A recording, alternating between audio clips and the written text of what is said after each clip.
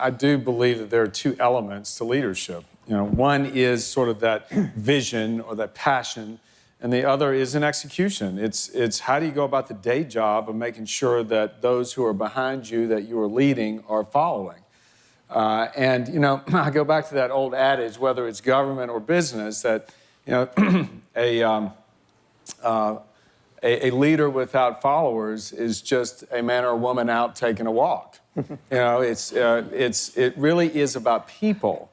Leadership, starts with that spark of passion, and I think it is whether again government or business, it is the fundamental piece of that passion and vision is about change.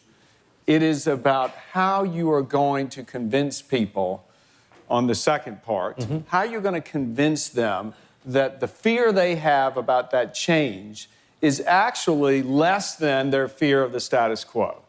Again, government or business, same in my experience.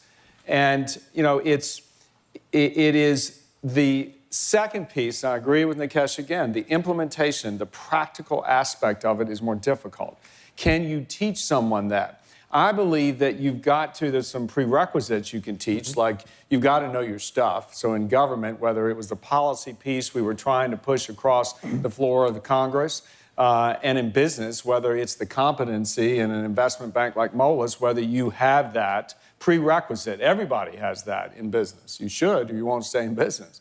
But it's that sort of intangible of people, of sensitivities. And it goes back to this notion that you've got to somehow convince people that following a leader who is adopting change is something they're comfortable with because they can manage that fear better than the fear of status quo.